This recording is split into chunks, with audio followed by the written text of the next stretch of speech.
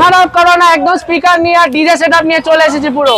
আর সেটআপের মধ্যে কি আছে দেখতে পাচ্ছেন, আজকে পুরো আপনার এসকে প্রো আপনার স্পিকার লাগানো আছে পুরো একদম এই সেটআপের মধ্যে।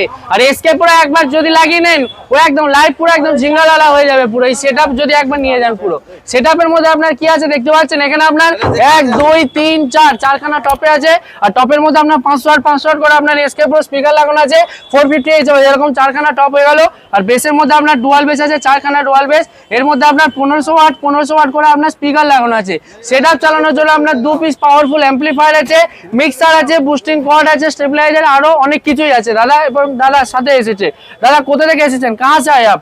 दर्शक बंधु को बताइए। गया बिहार। और आपका क्या नाम है? ज्ञान प्रकाश। तो बिहार गया में जाएगा पूरा एकदम धूम मचाएगा तो। जी हाँ।